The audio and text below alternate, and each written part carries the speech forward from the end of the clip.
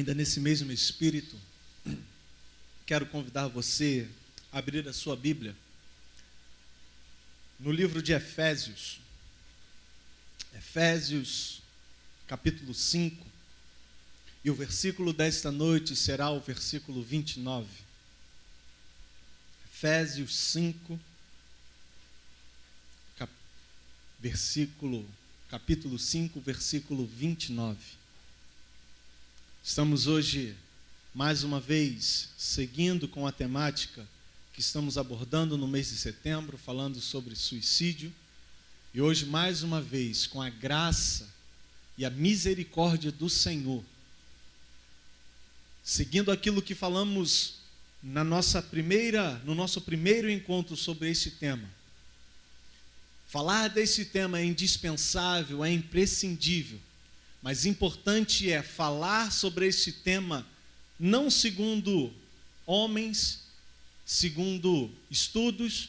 Sim, tudo isso é importante, vale ressaltar, nos direciona, mas o principal direcionamento para nós aqui a abordar esta temática é estarmos direcionados pelo Espírito Santo de Deus. E é Ele quem vai mais uma vez nos direcionar esta noite. Nesse terceiro encontro, Efésios capítulo 5, versículo 29, nós vamos ler apenas a parte A do versículo. Efésios 5, 29. Diz assim: porque ninguém jamais odiou a própria carne, antes a alimenta e dela cuida.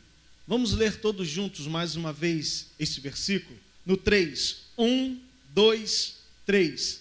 Porque ninguém jamais...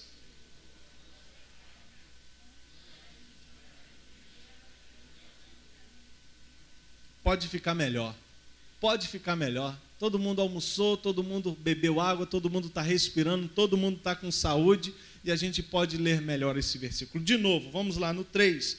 1, 2, 3. Porque ninguém jamais...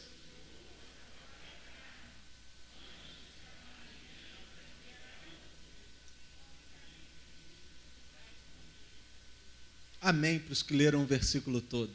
Vamos orar mais uma vez, pedindo que o Espírito Santo seja sobre nós e nos direcione no meditar desta palavra. Amado Deus, poderoso Pai, aqui estamos para agora ouvir aquilo que o Senhor separou e reservou para nós nesta noite, Senhor. Pai, te louvamos, te adoramos e agora aqui estamos para ouvir a Tua voz. Senhor, que todos nós, ó Pai, inclusive a mim, sejamos solos férteis, corações abertos a receber aquilo que o Senhor reservou para esta noite, ó Pai. Quanto a mim, ó Deus, que aqui estou com essa incumbência, ó Pai, de transmitir aos Teus filhos, eu te peço perdão e misericórdia, pois sou pecador, falho, homem limitado, mas aqui me coloco nas Tuas mãos para falar ao Teu povo nesta noite, Senhor. Tenha liberdade, e como falamos e mais uma vez aqui pedimos, que o Teu Espírito nos direcione a tudo que iremos falar nesta noite. No nome santo e poderoso de Jesus, amém e amém. Mais uma vez, meus irmãos, estamos aqui, estamos no mês de março, ou melhor, de setembro, março já está lá atrás, não sei por que eu trouxe março. Mas estamos no mês de setembro, e nesse mês de setembro você bem sabe que é realizada uma campanha chamada Setembro Amarelo. Campanha esta que trata e aborda ao combate ao suicídio. E nesse mês, não só o Brasil, mas a nível mundial, todos os países separam o mês de setembro para tratar, abordar e trazer este tema com estudos, com sugestões, com campanhas, para que possam chamar a atenção, para que eu e você e pessoas talvez que não dão muita atenção a esse tema, passem a olhar com um pouquinho mais de cuidado. Meus amados irmãos, esse é um momento onde a sociedade brasileira e a sociedade mundial está atenta, está voltada para o combate desse mal. Esse mal que assola muitas famílias, e nós, vamos falar aqui nós, a igreja, a estrutura da igreja, eu e você, a igreja como todo. A igreja, por sua vez, não pode ficar fora da abordagem desse tema, no falar, no tratar e no que diz respeito a trazer esse tema para o nosso conhecimento, para que tanto eu quanto você venhamos olhar e entender que é preciso sim, eu e você, não olharmos para esse tema como um tema que é melhor não falar ou varrer para debaixo do tapete. Não. Pelo contrário, a igreja, mais do que nunca, precisa abordar esse tema e tratar isso dentro das suas paredes. Porque esse mal tem afligido muitas famílias. E como vimos desde o primeiro encontro, o número de jovens que têm tirado a sua própria vida tem crescido absurdamente dia após dia, meus amados irmãos. Hoje, mais uma vez, nós vamos seguir falando desse tema.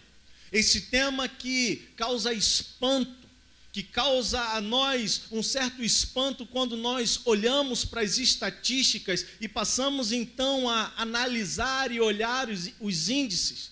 Índices esses que provam e que mostram que o suicídio mata mais pessoas do que assassinato. Há mais pessoas tirando a sua própria vida do que pessoas sendo assassinadas.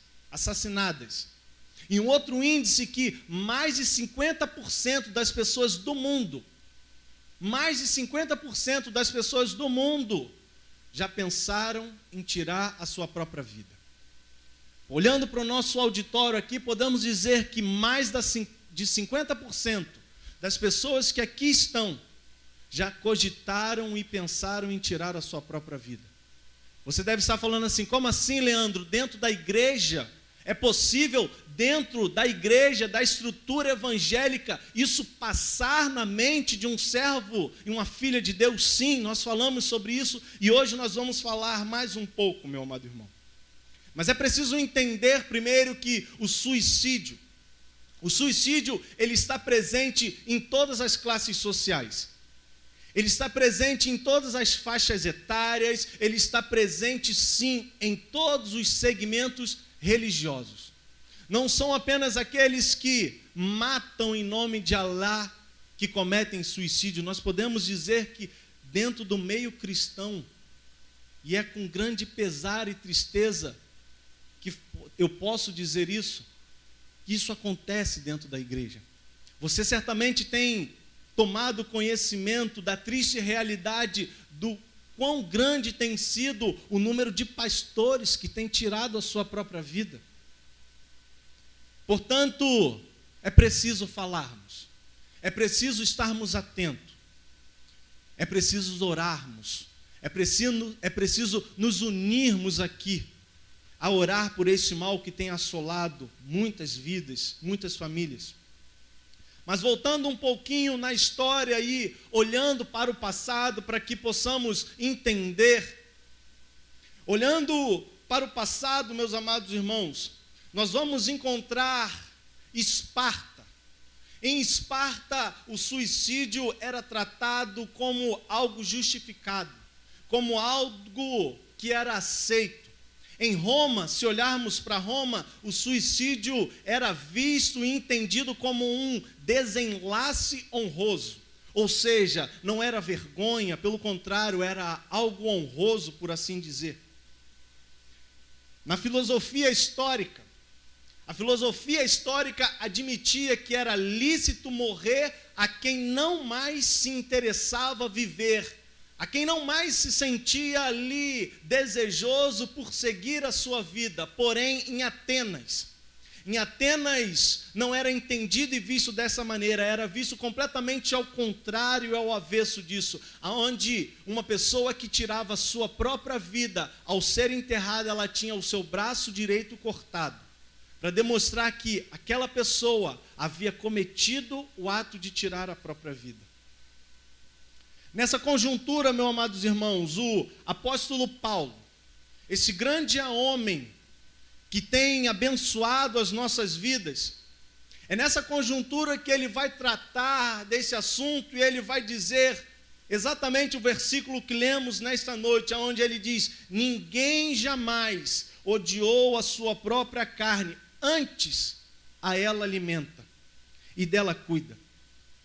Mas ele não se restringiu apenas em Efésios. Na primeira carta aos Coríntios, capítulo 3, versos 16 e 17, Paulo vai dizer que o meu e o seu corpo, meu amado irmão, o nosso corpo é santuário do Espírito Santo de Deus e que Deus habita em nós.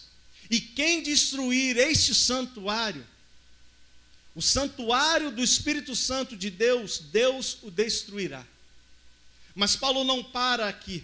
Ainda olhando para o que Paulo vai dizer, nós encontramos lá em Romanos, capítulo 14, versículos 7 e 8, Paulo dizendo que ninguém vive para si e ninguém morre para si.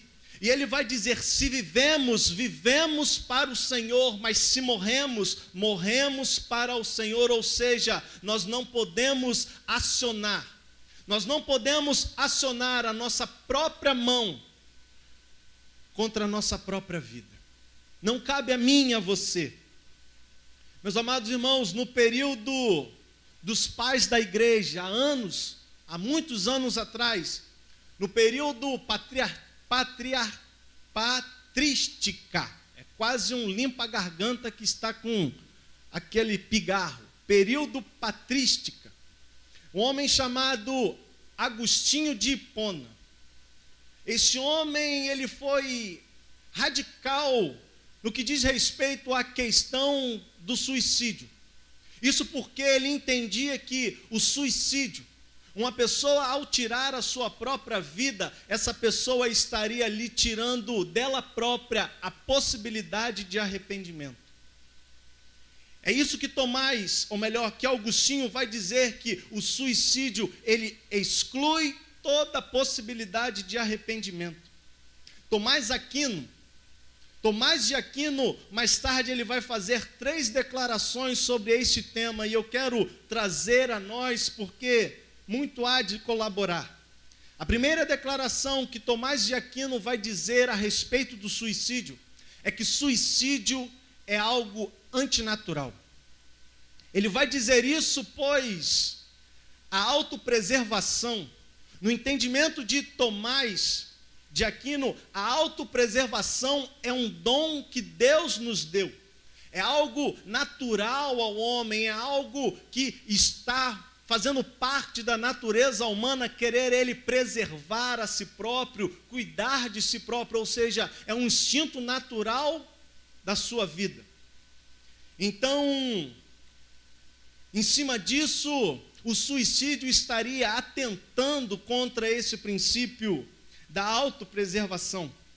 A segunda declaração que Tomás de Aquino vai dizer é que o suicídio, ele é uma ofensa à família e à sociedade. Ele diz isso baseado no fato de que nenhuma pessoa é uma ilha. Nenhuma pessoa vive sozinha e, por essa razão, aquela pessoa que opta pelo caminho do suicídio, aquela pessoa que decide por tomar a decisão de tirar a sua própria vida, entendendo que, a tomar essa atitude, ela está tirando um peso, talvez, da sua família ou da sociedade. Essa pessoa não compreende e entende que, muitas das vezes, essa atitude vai abrir uma ferida de dores infinitas na sua família, onde muitas das vezes essas dores e essas feridas são feridas incuráveis, meus amados irmãos. Mas existe uma terceira declaração que Tomás de Aquino vai dizer, e ele vai dizer que suicídio é uma usurpação do direito exclusivo de Deus. Ele diz isso, pois ele defende e diz que Deus é quem dá a vida. Deus é quem dá a vida ao homem, por essa razão somente Ele é quem tem poder e somente Ele é o único quem pode tirar a vida do homem. Portanto, essas 3 declarações são declarações defendidas por esse homem. Mas esse assunto, meus amados irmãos, não ficou restrito apenas a esses nomes que eu acabei de citar. Esse assunto, meus amados irmãos, tem sido muito estudado ao longo da história, e 3 escolas se destacam na abordagem dessa temática. A primeira escola é a escola chamada a escola psiquiátrica. A escola psiquiátrica, ela entende e defende que um suicida, a pessoa que tira a sua própria vida, é uma pessoa que possui problemas mentais. São pessoas com doenças mentais, pessoas que não possuem uma saúde mental sã. Mas há uma segunda escola que estuda e que vai falar deste tema. E essa segunda escola é a escola sociológica. E a escola sociológica, ela entende que esse mal que tem acometido muitas pessoas, esse mal procede de um desajuste social, onde, em razão de todos esses desajustes, todas essas desigualdades, as pessoas vão desenvolvendo sintomas e fatores que vão conduzindo e induzindo essa pessoa a optar pela escolha do suicídio. Falamos aqui, meus amados irmãos, numa oportunidade anterior, se não me falha a memória, na primeira vez, que existem muitos fatores que colaboram, que conduzem, que são o start para que uma pessoa possa começar ali a flertar com o suicídio. Mas existe um fator, e eu destaquei aqui, e hoje nós vamos destacar e falar um pouquinho mais sobre ele. Existe um fator que é tratado e visto como um dos principais fatores a levar uma pessoa a cometer o suicídio. E esse fator é chamado de depressão. Depressão, o mal do século, como alguns dizem. Podemos dizer que a depressão hoje é um assunto que não é muito bem entendido pela igreja evangélica. Podemos dizer que esse tema não é um tema muito bem entendido pela igreja evangélica, não a nível de Brasil, mas a nível mundial, meus amados irmãos. E isso acontece devido a uma grande influência que a igreja evangélica recebeu, uma grande influência que veio, que influenciou a igreja, a influência essa de um grande pregador conhecido mundialmente. O nome desse pregador é T.L. Osborne. T.L. Osborne, meus amados irmãos, foi um dos maiores pregadores a realizar cruzadas a mundo afora. E Osborne afirma categoricamente em suas obras, nas suas obras ele afirma que depressão é atuação de demônio. Osborne afirma que quando uma pessoa está sofrendo e passando por um momento de depressão, aquela pessoa está ali debaixo de uma grande atuação de demônios que oprimem a vida daquela pessoa e por essa razão aquela pessoa vive deprimida e desenvolve a depressão. Mas a pergunta acima do que a obra de Osborne vai dizer e diz para nós, a grande pergunta é: pode ser verdade essa afirmação? É afirmativa quando eu digo que depressão é atuação de demônios sobre a vida daquela pessoa? Meus amados irmãos, a resposta, em parte dela, pode ser sim. Ela pode sim, Pois uma pessoa que é envolvida com ocultismo, ou uma pessoa que é envolvida com feitiçaria, ou uma pessoa que é envolvida com magia negra, ou coisas que estão ligadas ao submundo, essas pessoas que estão ali envolvidas com o submundo das trevas, em determinados momentos das suas vidas, essas pessoas podem sim desenvolver a depressão.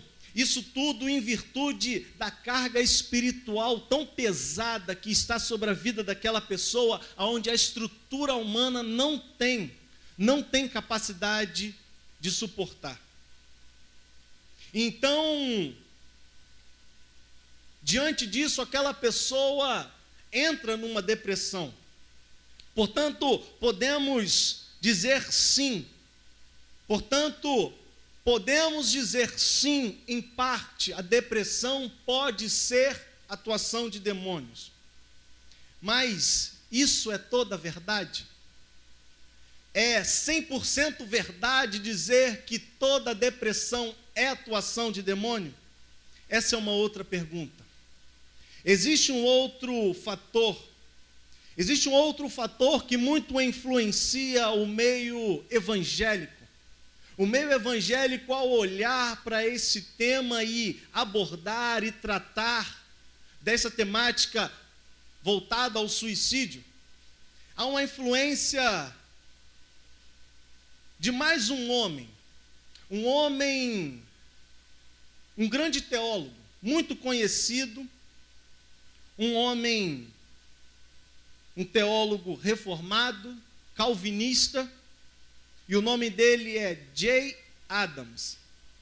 Jay Adams defende, meus amados irmãos, em sua obra, que depressão é pecado. Depressão é pecado na visão e na ótica de Jay Adams. Homens reformados, homens de Deus, teólogos e homens que influenciaram a igreja. Mas aí então perguntamos, depressão pode vir de pecado? Sim, ela pode vir de pecado, meu amado irmão. É só você olhar para o Salmo 32, é só você olhar para o Salmo 38 ou o Salmo 51, e você, ao ler esses salmos, você vai encontrar ali Davi num quadro depressivo. Davi ali num momento de profunda depressão da sua vida, por estar ele ali vivendo um período onde ele estava com um pecado escondido e um pecado não confessado. E por essa razão, pelo fato de haver na vida de Davi um pecado ainda não confessado e um pecado não tratado, Davi vai desenvolvendo sim ali uma espécie de depressão. A grande pergunta por detrás de tudo isso que estamos falando aqui, meus amados irmãos, é a seguinte: é possível uma pessoa temente a Deus, uma pessoa piedosa, uma pessoa serva de Deus, uma pessoa filha, uma pessoa que reconhece Cristo como Senhor e Salvador da sua vida, ela pode enfrentar uma depressão? Esse é um outro grande ponto. Esse que é o grande ponto, meus amados irmãos. Porque se eu digo para uma pessoa que está ali passando por um período, por um momento de depressão na vida, e eu chego para essa pessoa e afirmo que a causa da depressão que ela está vivendo é a atuação de demônio na vida dela, ao falar isso, o que eu estou fazendo é colocar sobre ela algo mais pesado. É como se eu estivesse colocando sobre as costas dessa pessoa mais 2 toneladas de peso para ela carregar. Eu posso chegar para uma pessoa que diz que está vivendo uma depressão e dizer a ela, afirmando: a depressão que você está vivendo na sua vida é resultado de pecado que não foi tratado na sua vida.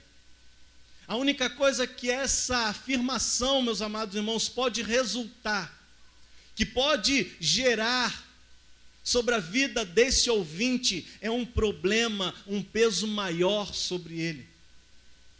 Entenda, meu amado irmão, entenda que mesmo uma pessoa sendo um crente cheio da presença de Deus, uma pessoa sendo ela um servo de Deus, essa pessoa pode sim passar por períodos de depressão na sua vida. É errado pensar ao contrário disso, pois entender que um crente cheio do Espírito Santo, ele não pode passar por momentos difíceis que possam conduzi-lo a viver uma vida ou viver um momento de depressão na sua vida. Nós não podemos pensar dessa forma, pois se pensarmos dessa forma, nós não podemos aceitar que um crente filho de Deus venha sentir dor de cabeça. Nós não podemos entender e aceitar que um crente cheio da presença de Deus tenha que fazer uma cirurgia imediata no seu coração. Ou que um servo de Deus possa ter problemas de saúde esporádicos na sua vida. Meus amados irmãos, um crente cheio de poder, ou melhor, cheio do Espírito Santo de Deus, ele pode sim viver, ele pode sim passar por isso. Nós não somos uma coisa daqui para baixo e daqui para cima outra coisa. Não, Deus não atua só ou permite que daqui para baixo males venham nos acometer e daqui para cima nada chega a nós. Duas obras eu gostaria de citar aqui nesta noite que vão colaborar muito para esse assunto que estamos aqui abordando. A primeira obra é uma obra secular chamada O Demônio do Meio-Dia. E esta obra é de um homem chamado Andrew Solomon. Nesta obra, Andrew Solomon vai dizer que a depressão ela é como uma planta parasita. Uma planta parasita que cresce ali sobre aquela outra planta, vamos chamar a hospedeira, aonde esta planta parasita, ela vai ali sugando toda a energia, toda a força e toda a vida que está naquela outra planta, que ela está ali sobre ela. Mas esse homem, Andrew Solomon, vai dizer que a depressão é como se uma pessoa estivesse vestindo uma roupa de madeira, aonde esta roupa oprime, aonde aquela roupa causa desconforto, não deixando aquela pessoa viver. Portanto, nós não podemos subestimar este mal. Andrew Solomon vai dizer que existem três formas de se tratar a depressão: através de remédio, através de terapia e através da fé. Esses três remédios são as três maneiras de se tratar a depressão defendido por Solomon. É curioso, meus amados irmãos, que muitas das vezes eu e você, muitas das vezes ouvimos ou até mesmo falamos assim para uma pessoa que chega até nós falando que está passando por um momento de depressão ou por esse mal, seja ele qual for. É muito comum ouvirmos: você precisa ler mais a Bíblia. É muito comum ouvirmos uma pessoa virar para uma pessoa que está deprimida e dizer: meu amado irmão, você precisa orar mais, você precisa jejuar para que isso venha sair da sua vida. Ok, sim, isso é muito importante, isso é imprescindível. Falamos na primeira reunião que o princípio para nós parte do orar. Nós entendemos que todos esses fatores, a terapia, o remédio, tudo isso é importante, mas acompanhado da oração. Portanto, sim, é muito importante, é prescindível, esse é um conselho muito sábio, mas será que é só isso? Será que se resume apenas no orar? Será que se chega uma pessoa a mim e diz: Leandro, eu estou com fortes dores no peito, eu sinto o meu lado direito formigando, O que eu devo fazer? Será que será correto e sábio da minha parte dizer, meu amado irmão, ora mais? Sim, eu devo dizer sim, meu amado irmão, ora mais, mas vai correndo primeiro num cardiologista. Corra num cardiologista. Entenda, meu amado irmão, que a ciência, ela não está contra a fé. A ciência, ela não luta contra a fé, pois foi Deus quem deu ao homem a capacidade de estudar, foi Deus quem deu ao homem a inteligência para fazer medicina, para que ele possa conhecer os meios, as formas de tratamento para tratar da saúde do homem. Mas há uma segunda obra. A segunda obra que eu quero destacar aqui nesta noite é de um escritor que certamente você já ouviu e talvez você já leu algum livro dele. Um homem chamado John Piper.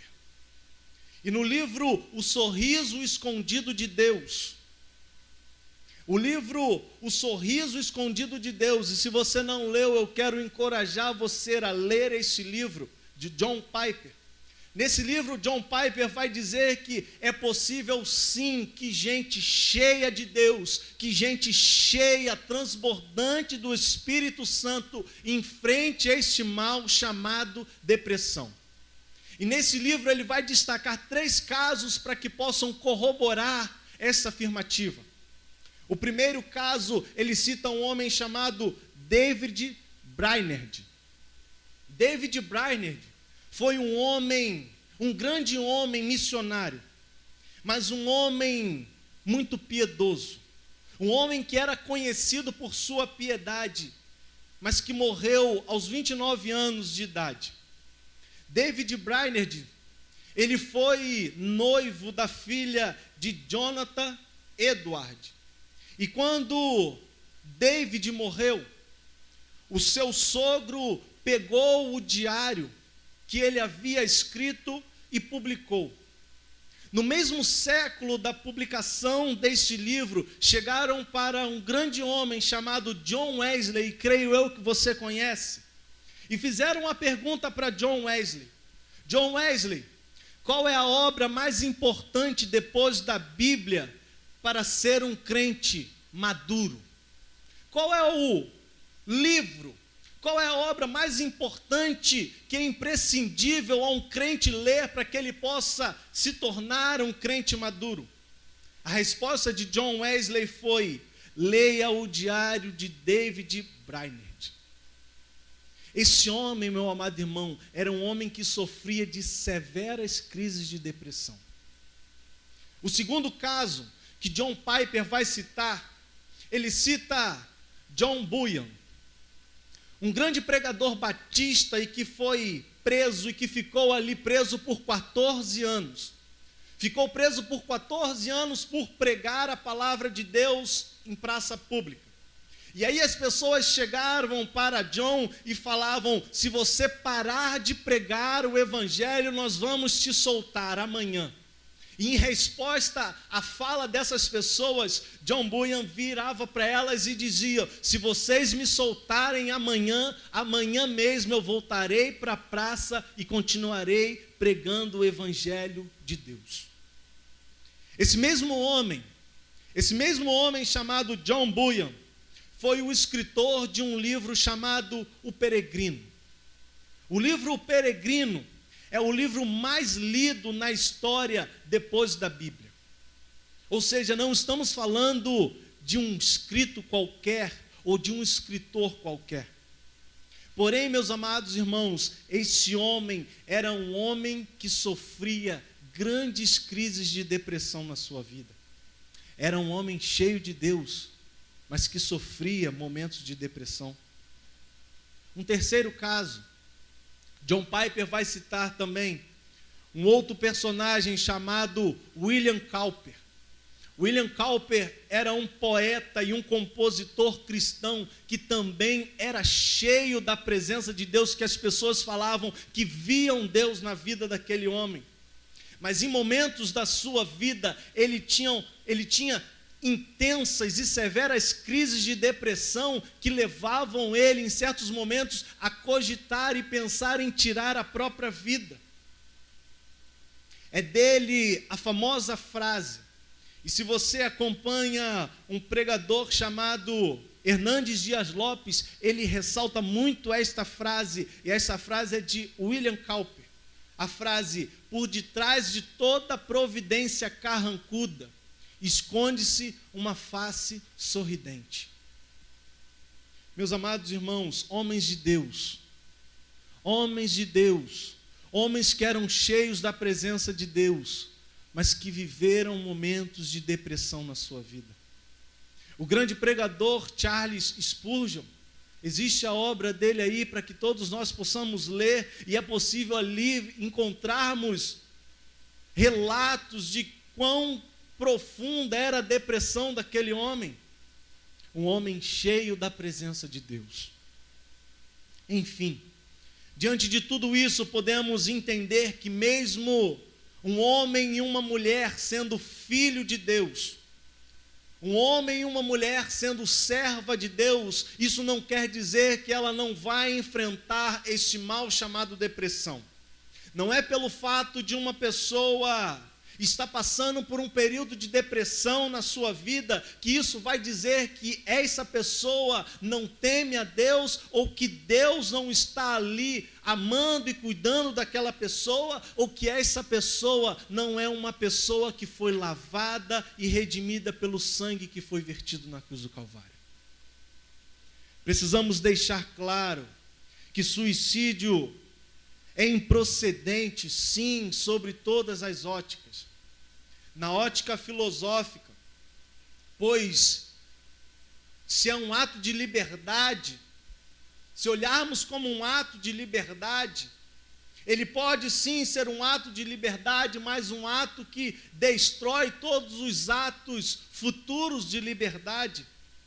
Como pode então eu usar essa liberdade para destruir a mim mesmo? Na ótica ética, ninguém pode agir em seu interesse destruindo a si mesmo. E na ótica teológica, quando uma pessoa chega ao ponto de tirar a própria vida, meus amados irmãos, é como se ela estivesse ali demonstrando com aquele ato de que nem Deus pode mais resolver essa situação.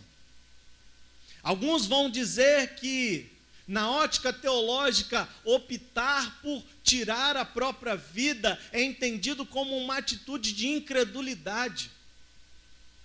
Pois você está ali dizendo, não há mais nada o que fazer, nem Deus pode mudar a situação.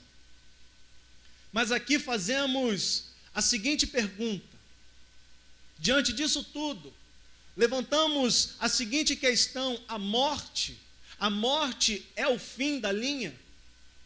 Sabemos, todos nós aqui, sabemos que existe uma eternidade, que existe um lugar para o qual seguiremos após este mundo, quando Jesus voltar novamente aqui à terra. Portanto, diante de tudo isso, para nós a resposta para essa pergunta é que a morte não é o fim da linha. Mas, uma vez que a morte não é o fim da linha, uma vez que a morte não é ali o término, levantamos então aqui uma outra pergunta. Ao cometer o suicídio, um cristão perde a sua salvação? Ao cometer o ato de tirar a própria vida, essa pessoa está perdendo o direito de ser salva? Acredito eu que essa deva ser a pergunta que todos estavam esperando para ouvir a resposta. Meus amados irmãos, esse é um tema que tem sido nos últimos tempos, esse tem sido um dos temas mais controversos ao longo dos anos. E que, lamentavelmente, muitos têm respondido a esta pergunta de maneira emocional ou de maneira equivocada, e não olhando ali, fazendo uma análise usando a Bíblia como parâmetro a responder a essa pergunta. Pelo fato do nosso país ter o catolicismo como o berço religioso, e ter ali o catolicismo, a ideia clara e definida que suicídio é um pecado mortal que envia a pessoa diretamente para o inferno, essa forma de pensar ou até de olhar para esse tema se tornou algo tendencioso a nós, pois no catolicismo, a pessoa que tira a própria vida é como se ela estivesse carimbando o seu passaporte à entrada para o inferno. Algumas pessoas que estudam esse tema, algumas pessoas que estudam o tema concluem que nenhum cristão seria capaz de tirar a própria vida. Mas há outros que afirmam que um cristão, ele poderia cometer suicídio, mas após este ato, perderia a sua salvação. Mas ainda há outros que pensam que um cristão poderia cometer suicídio em situações extremas, sem que isso tire dele o direito da salvação. Então aqui, meus amados irmãos, nós temos 4 posições.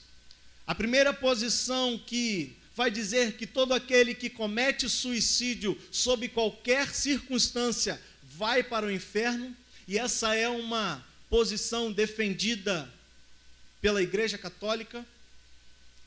Nós temos a segunda posição, que um cristão, ele nunca chegaria a cometer suicídio porque Deus o impediria. Temos uma terceira posição, onde vai dizer que um cristão, ele pode cometer suicídio sem que necessariamente ele venha perder a sua salvação.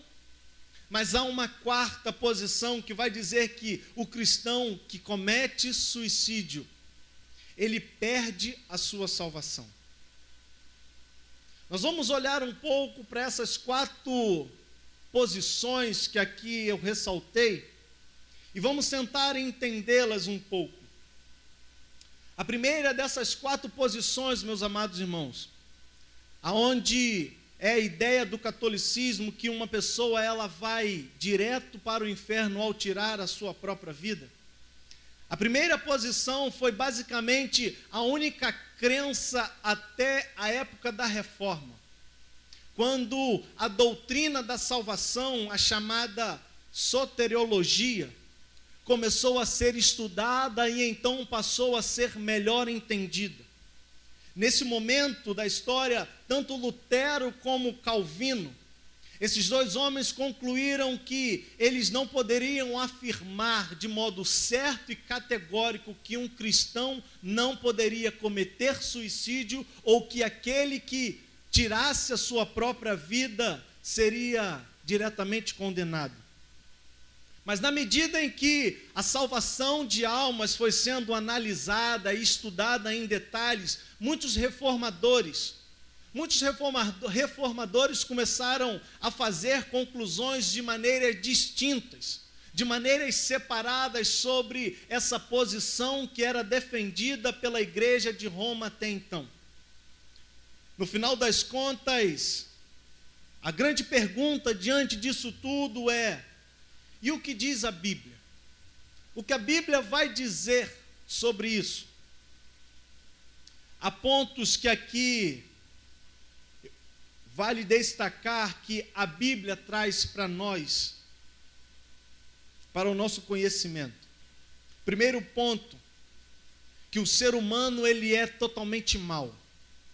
E a Bíblia aqui, é preciso você entender que ela não está querendo dizer que o ser humano é tão mal quanto ele poderia ser, não é isso. A Bíblia aqui está querendo dizer que todas as nossas capacidades, as suas capacidades estão manchadas pelo pecado, meu amado irmão. A sua mente, o seu intelecto, o seu coração, as suas emoções e a sua vontade, tudo isso está manchado pelo pecado, pois nós temos uma natureza humana. Mas há um segundo ponto que a Bíblia vai dizer para nós, onde ela diz que o cristão que foi regenerado. Que o cristão que foi regenerado, mas que este mesmo depois de ter nascido de novo, mesmo após ter nascido de novo, devido à permanência da natureza humana, ele continua ali tendo sobre ele, ele continua tendo ali, agindo sobre ele, a capacidade de cometer pecado. Não é porque eu fui regenerado, não é porque eu nasci de novo, que eu não irei cometer mais pecado. Não. Mas há um terceiro ponto que a Bíblia vai destacar para nós. É que o sacrifício que Cristo, o sacrifício vicário que Cristo realizou na cruz do Calvário, esse sacrifício perdoou todos os nossos pecados. Todos os nossos pecados. E todos os nossos pecados está aqui abrangendo os pecados do passado, os pecados do presente e os pecados do futuro.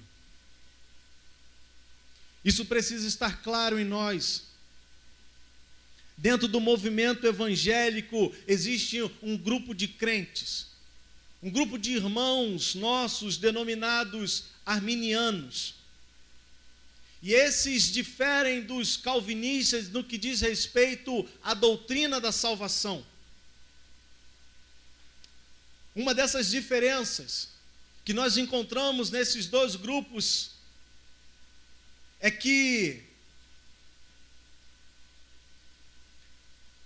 aquele homem, as diferenças que nós vamos identificar analisando os calvinistas e os arminianos, que tudo gira em torno da possibilidade do crente poder perder a sua salvação.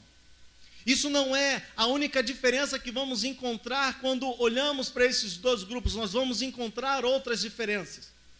Uma grande maioria nesse grupo crê que o suicídio é um dos pecados capazes de tirar a salvação do crente, pois eles entendem que o suicídio ou qualquer outro pecado eliminaria a salvação que Cristo comprou na cruz do Calvário. Então, tanto na posição calvinista como na arminianista, alguns afirmam que um cristão jamais cometerá suicídio. Eles entendem dessa forma. No entanto, não existe, meus amados irmãos, não existe nenhum versículo ou passagem bíblica que possa ser usado categoricamente para afirmar esta posição. Nós não vamos encontrar na Bíblia escrito que nenhum cristão vai cometer suicídio ou que está ileso de cometer suicídio. Alguns, sabendo disso, defendem a sua posição, indicando que na Bíblia não há nenhum suicídio cometido por crentes, enquanto nós podemos encontrar várias pessoas e personagens não crentes que cometeram suicídio. Com relação a essa observação, com relação a este ponto, podemos dizer que usar esse fato e esse argumento para estabelecer que um cristão ele não pode cometer suicídio não é uma conclusão muito sábia e muito bem estruturada, porque estamos aqui ao fazer e defender esse pensamento, fazendo uso de um argumento de silêncio que na lógica não é algo muito bom ou melhor, muito sensato ou seguro de se afirmar. Há várias coisas não mencionadas na Bíblia. Há várias coisas que não são mencionadas na Bíblia, e se fizermos o uso do argumento de silêncio, nós estamos caminhando por uma estrada e por um caminho muito perigoso, onde estamos correndo o risco de estabelecer possíveis verdades nunca reveladas na Bíblia. Você quer um exemplo? Você nunca vai encontrar na Bíblia nenhum relato dizendo que Jesus sorriu. Você não encontra. Você não vai encontrar lá um versículo, e Jesus deu altas gargalhadas. A partir disso, então, por não encontrar nenhum versículo dizendo que Jesus sorriu, eu poderia então concluir que Jesus era uma pessoa que não tinha capacidade de sorrir, que Jesus era uma pessoa de face fechada, que não sorria para ninguém. Meus amados irmãos, isso não seria um argumento sólido, um argumento bem fundamentado a defender essa verdade, se não está escrito na Bíblia que Jesus riu. Jesus, durante toda a sua vida aqui nessa terra, não deu nenhum sorriso. Muitos acreditam, como já mencionei aqui, que esse pecado cometido no último momento da sua vida não proveu a oportunidade de arrependimento para aquele que está optando pelo suicídio. E é isso então que termina roubando-lhe a salvação e o direito daquela pessoa. Eu gostaria que você, nesse exato momento, eu gostaria que você aí nesse banco fizesse uma pausa e que você se auto-questionasse o que aconteceria se você morresse neste exato momento. E eu pergunto a você, se você morresse agora, no meu estalar de dedo, graças a Deus que você não morre e eu não tenho esse poder, mas se você morresse nesse exato momento, pergunto eu, você morreria livre de pecado? A resposta para essa pergunta é evidentemente que não.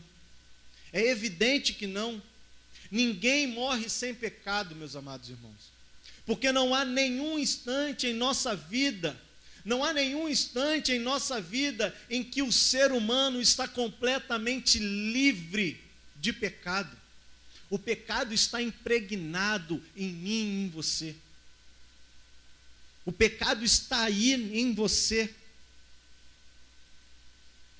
Em cada momento da nossa existência, durante toda a nossa vida e durante toda a nossa existência, há pecados em nossas vidas dos quais não estamos nem sequer apercebidos. Há outros que nem conhecemos, há outros que tratamos como algo leve ou irrelevante para ser visto ou tratado como um pecado, pelo simples fato de considerar que tal pecado é menos grave, ou que por estarmos num momento de grande aflição, eu não posso olhar para aquilo como pecado. Pecado é pecado, meus amados irmãos. Na verdade é que tanto eu quanto você, todos nós temos uma ruim prática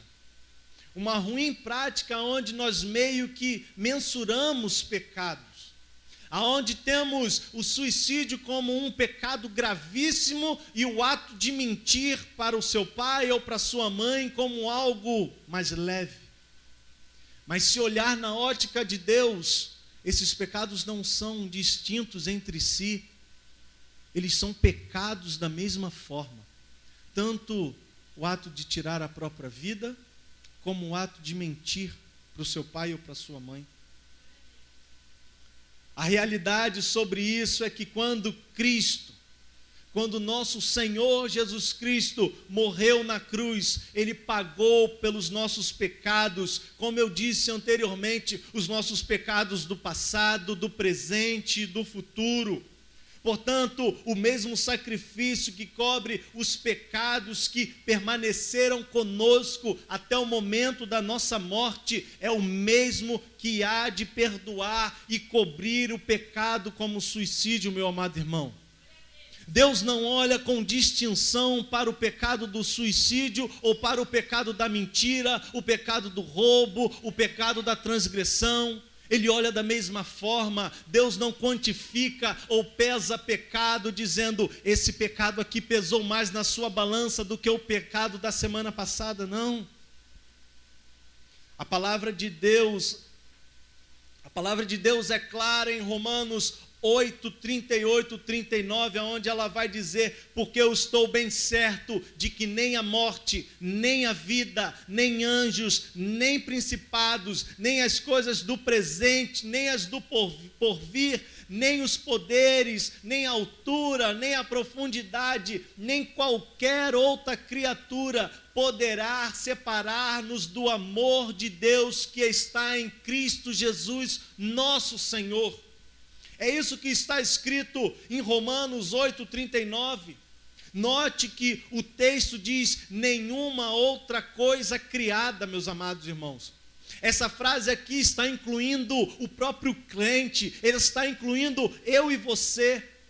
Eu e você mesmo não vamos nos separar do amor de Deus. Notemos também que essa passagem fala nem as coisas do presente, nem as do porvir, fazendo referência às situações que nós ainda não vivemos. Por outro lado, João 10, 27, 29 nos fala que ninguém pode nos arrebatar da mão do nosso Deus, do nosso Pai. Filipenses 1, 6 diz: aquele que começou a boa obra em vós, há de completá-la até o dia de Cristo Jesus. Enfim, nós não podemos responder a essa pergunta ou afirmar que uma pessoa, ao cometer o suicídio, ela perde a sua salvação, visto que a Bíblia não trata diretamente desse ponto. Mas eu gostaria de concluir a mensagem desta noite fazendo algumas perguntas a você, para que você pudesse responder a si próprio e talvez conduzi-la você a entender um pouco mais sobre esse tema. A primeira pergunta: se estabelecemos que um cristão é capaz de cometer qualquer pecado, por que não conceber que potencialmente ele pode cometer o pecado do suicídio? Se estabelecemos que o sangue de Cristo é capaz de perdoar todo pecado, ele não cobriria então o pecado do suicídio, visto que o suicídio é pecado? Se o sacrifício na cruz nos tornou perfeitos para sempre, como assim diz o autor de Hebreus, não seria isso suficiente para afirmarmos que nenhum pecado rouba a nossa salvação? Se não somos Deus e não temos nenhuma maneira de medir a conversão interior do ser humano, poderíamos afirmar categoricamente que alguém que deu o testemunho de cristão durante a sua vida, ao cometer suicídio, não era de fato um cristão? Como você pode ver, não é tão fácil estabelecer uma posição categórica sobre o tema suicídio versus salvação. Tudo que podemos fazer e falar, tudo que nós podemos realizar como ação aqui neste lugar e na nossa vida, meus amados irmãos, o que nós podemos fazer é raciocinar através de verdades teológicas claras, verdades teológicas claramente estabelecidas, a fim então de chegarmos a uma provável, não categórica, mas provável conclusão sobre um fato não estabelecido de forma definitiva na Bíblia, mas tendo eu e você, tendo todos nós de maneira clara no nosso coração e na nossa mente que Deus ama o pecador e que Ele deseja salvar a todos. Isso é algo que pulsa ardentemente no coração de Deus. Salvar, perdoar o pecador, para que ele possa ser salvo e morar com Ele na santa cidade que Ele preparou para todos os seus filhos. Eu gostaria que você curvasse a sua cabeça, por gentileza. Os músicos, por favor.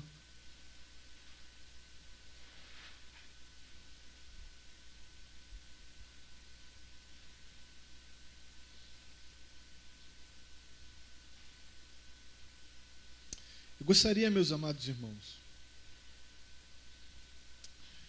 que nós orássemos, pois estamos aqui hoje encerrando esta série de mensagens sobre este tema suicídio.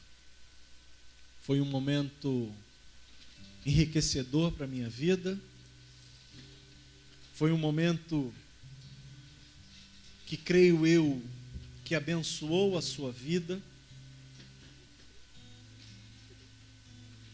E assim como nós começamos lá no nosso primeiro encontro falando que tudo parte da oração, aonde ao orarmos Deus ouve a nossa oração e Ele envia a paz de Deus, e ali nós colocamos a paz de Deus montando sentinela, guardando o coração e a mente do homem, a que esses pensamentos do mundo, pensamentos de morte, possam entrar no coração do homem.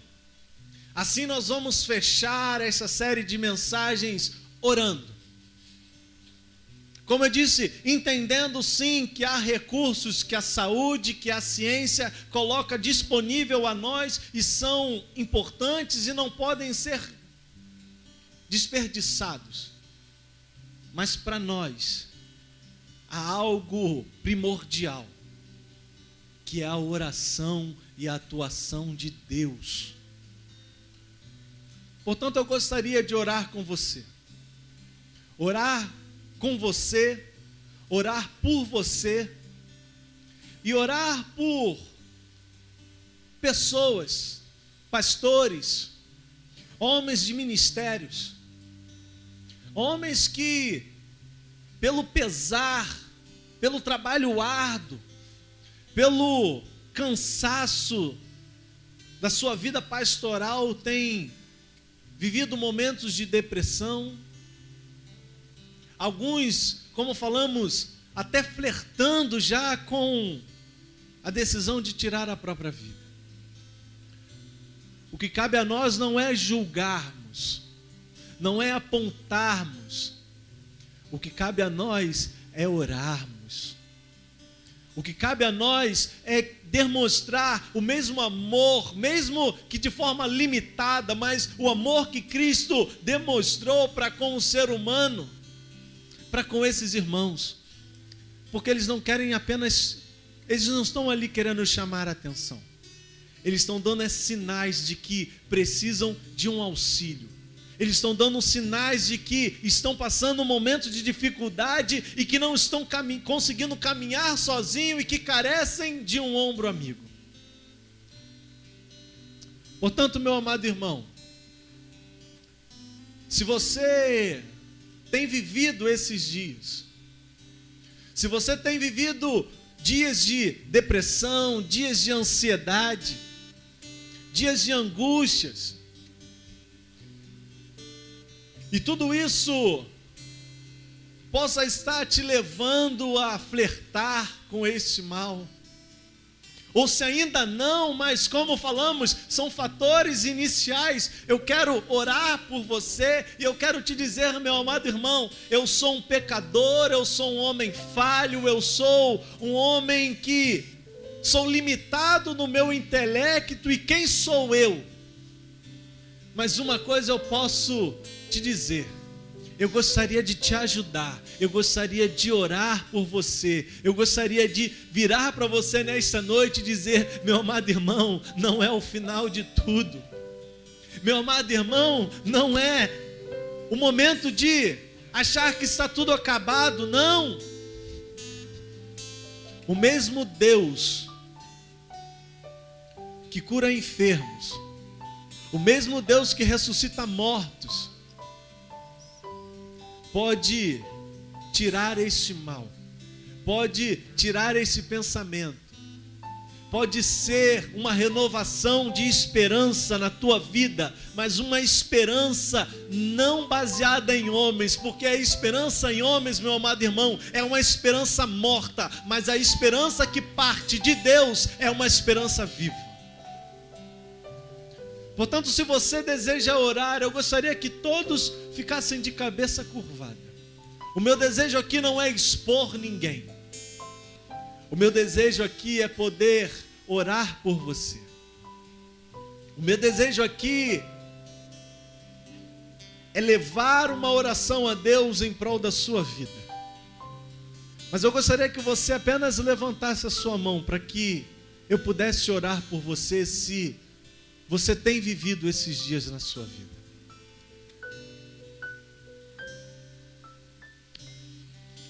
Não fique com vergonha, levante a sua mão, meu amado irmão. Nós estamos em família. Nós que achamos que é vergonhoso, é inaceitável um crente viver dias assim, não. Vergonhoso por crente é não levantar a mão como um ato de reconhecimento que isso não é nada diante do Deus poderoso que ele serve.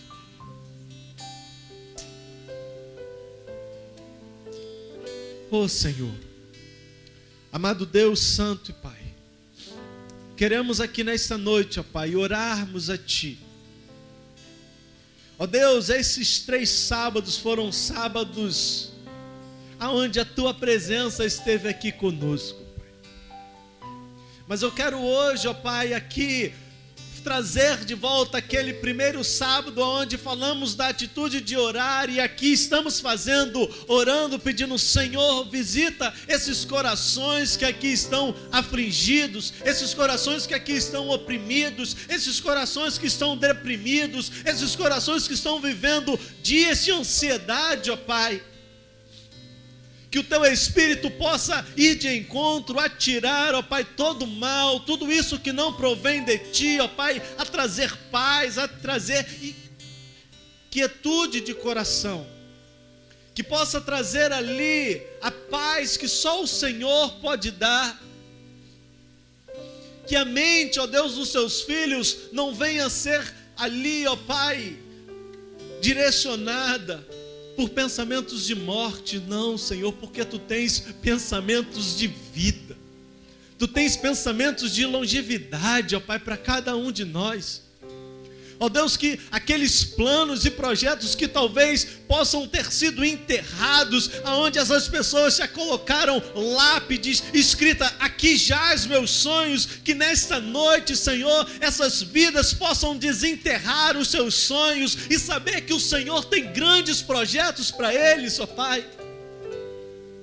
Ah, Senhor, mas queremos orar também, ó Pai, por aqueles que não estão aqui nesta noite, ó Pai.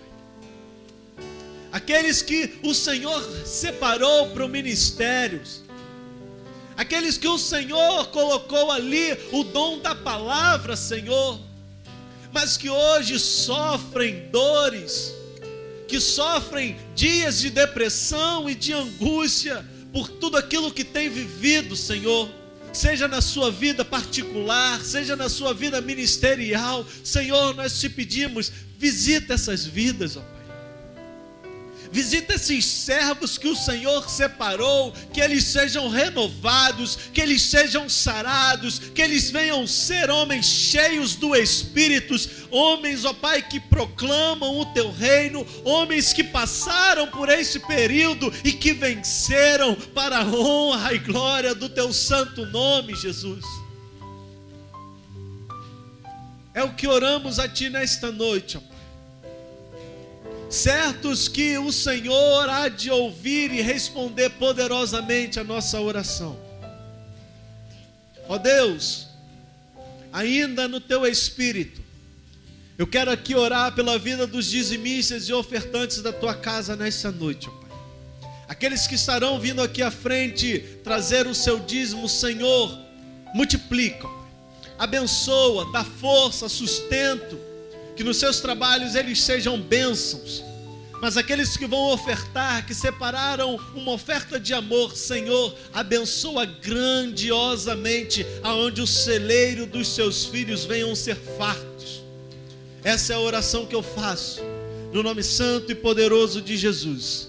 Amém e amém.